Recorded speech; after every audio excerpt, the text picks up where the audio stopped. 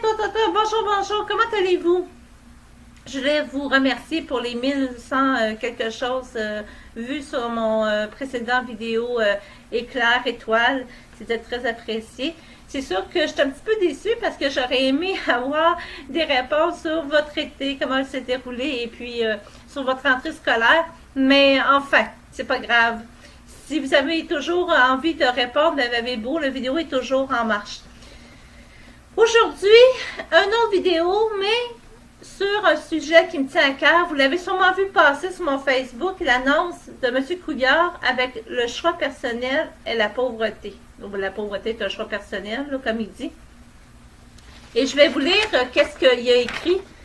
J'ai essayé de lire au moins le mieux possible. Des fois, je lis vite, fait que je vais essayer de prendre mon temps pour lire.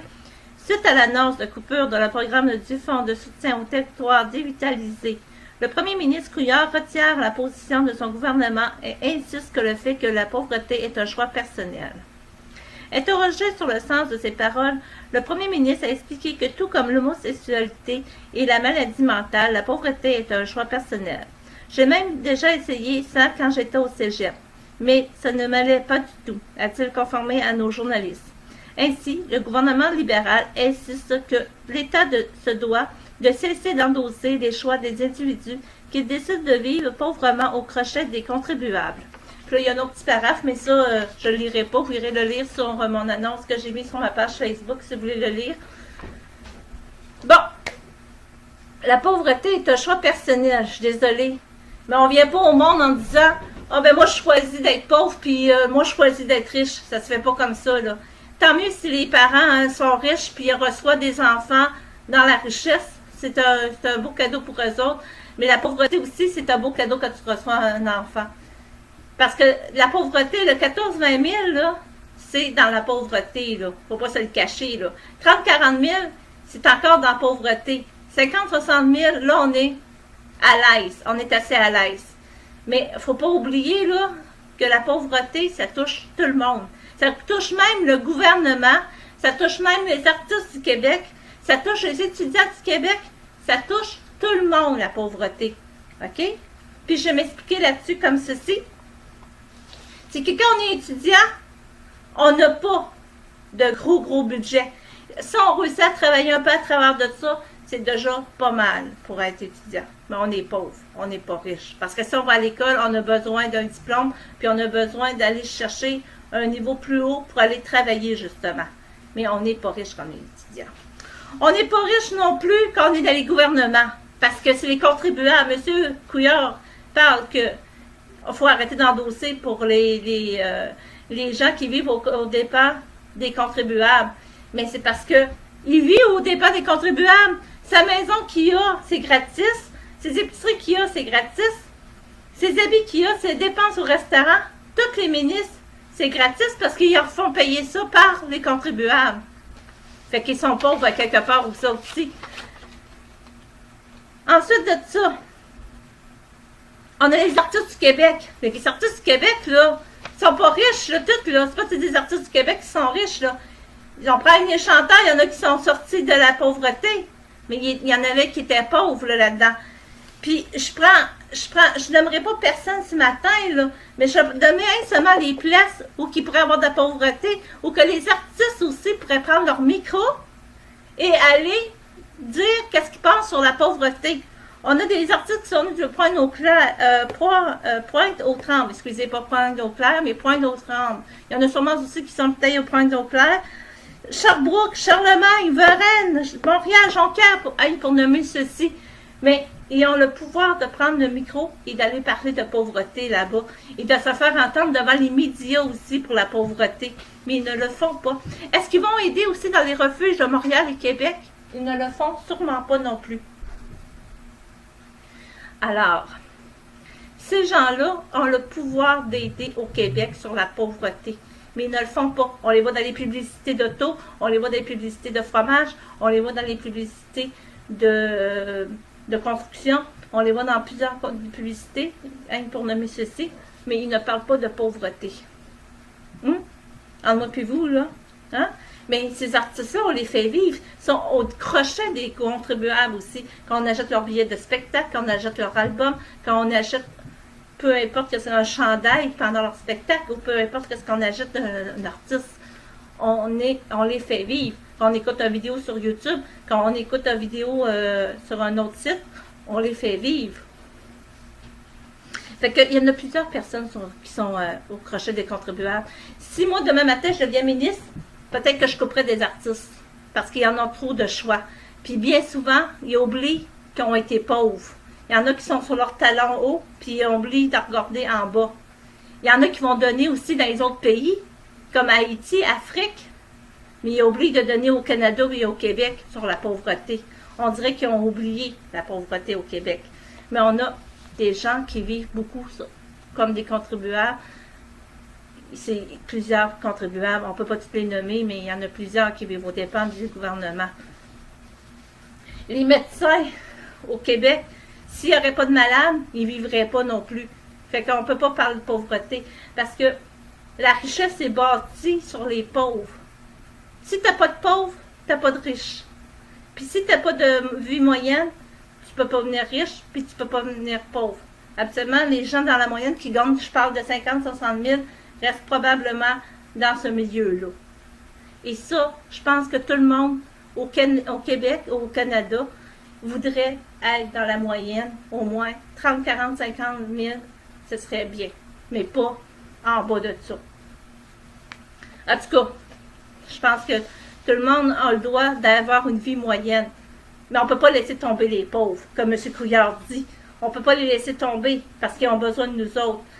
Les riches au Canada ou au Québec pourraient faire des immeubles pour ces gens-là, les meubler, puis revoir en impôts tout le potentiel de ça, sans aucune difficulté à arriver aussi. Mais ils ne le font pas. C'est triste. C'est triste de parler comme un futur ministre du Québec. Il ne doit plus être ministre du Québec. Avant d'aller voter, réfléchissez.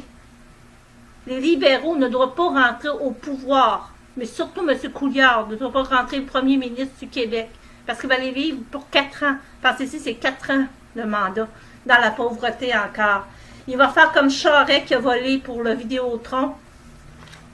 Charest qui a volé, n'oubliez pas que Charest a volé un montant pour le centre Vidéotron à Québec pour une équipe de hockey, un certain montant pour donner à Perlardo pour ce centre Vidéotron-là, qui était supposé avoir une équipe de hockey dedans et qui ne l'a pas encore, cette équipe de hockey-là. Attendez pas que ça arrive pour avoir une équipe de hockey. C'est pas ça la plus importante. On pourrait transformer ce centre Vidéotron-là en un centre de pauvreté aussi. Recevoir les gens pauvres. Au lieu de recevoir des vedettes là-dedans. Alors, c'est ça mon touche-cœur, parce que je pense pas que tous ceux-là qui sont pauvres, je pense pas que ce soit un choix personnel. Il y avait un autre point aussi que mon père m'a fait penser, c'est que 75 pièces par semaine à 4 personnes, on n'arrive pas. M. Couillard, en plus, c'est pas compté. 75 pièces par semaine, on n'arrive pas. Parce que on parle des collations, on parle des poches de lait, de 3 poches de lait qui sont rendues à 10 pièces, la livre de beurre qui est rendue à 4 pièces, le yogourt qui est à 2-3 pièces aussi, quand il n'est pas en spécial. Fait que si on achète tout ce qui n'est pas en spécial, on n'arrive pas à 75 pièces par semaine. Comptez ça, faites votre budget comme vous voulez. Ça fait 75 x 4, ça fait 20, je retiens 2, 5 x 7, ça fait 35, 36, 37. Ça fait 370 pièces par semaine. Je vais le compter avec mon calculatrice, là, pour être sûr que je ne me suis pas trompée dans mon calcul. Je l'ai compté. 75 x 4,5, parce que c'est 4,5 qu'on a en réalité. Ça fait 337,50 par semaine. Ça fait pas beaucoup là, d'épicerie. Moi, tout ça, je pense que j'achète au moins 200 pièces. On ne peut pas arriver avec 300 cucs par mois là, pour manger quand on a 2 enfants ou 3 enfants. Là. Fait que c'est tous des plans non réfléchis. Monsieur Couillard dit toutes sortes d'idées, comme s'il aurait peur de perdre sa place, mais j'espère qu'il va la perdre, sa place. Puis je souhaite plus, comme j'ai marqué sur mon Facebook, je souhaite qu'il devienne pauvre lui-même, pour voir qu'est-ce que c'est avec la pauvreté. Peut-être qu'il n'a jamais connu ça, la pauvreté, parce qu'on ne sait pas qu'est-ce qu'il a connu au cégep. Il a peut-être connu l'homosexualité, la maladie mentale, il la connaît là présentement, c'est sûr, là, parce qu'il n'est pas tout à lui à dire des paroles comme ça. Et la pauvreté, ben, s'il l'a connu, c'est au cégep, mais il a connu quelque chose au cégep, on n'a pas de précision là-dessus dans sa déclaration. On peut imaginer n'importe quoi. Là-dessus, je vous souhaite de ne pas faire un mauvais choix et d'aller voter avec votre cœur, votre esprit équilibré et de réfléchir avant de faire votre choix comme il faut. Mais allez pas, moi je n'irai pas voter premièrement, puis si j'aurais faire mon choix, j'irais le faire pour une personne qui va parler de pauvreté. S'il n'y a pas aucune personne là, qui parle de pauvreté, là, je vais terminer là-dessus, là, mon vidéo il est long ce matin, mais s'il n'y a pas aucune personne qui parle de pauvreté, levez une manifestation. Il faut qu'il parle de pauvreté. Il faut qu'il y ait un ministre qui va penser pauvreté. Parce que c'est un père de famille et une mère de famille. Puis la mère de famille et le père de famille va penser à son enfant. Puis vous êtes tous des enfants au Québec. Tout. Le ministre qui est là, doit penser qu'il est responsable de chacun et chacune de vous, comme contribuable et contributrice. Il doit penser, il faut le bien-être de mes enfants. Parce que quand on est mère de famille, on est chef de famille, un père de famille, on va dire, mon fils, ma fille, je veux le bien pour toi. Je veux que tu manges à ta faim, je veux que tu travailles, je veux que tu sois ici, tu sois ça et tout ça. J'aurais pu continuer encore des heures et des heures de vous parler de pauvreté et tout ça, mais je trouve que mon vidéo est assez long avec 11 minutes 24. Alors, réfléchissez. Tout ce que je vous demande, c'est de réfléchir. Merci beaucoup d'avoir écouté ma vidéo et à la prochaine.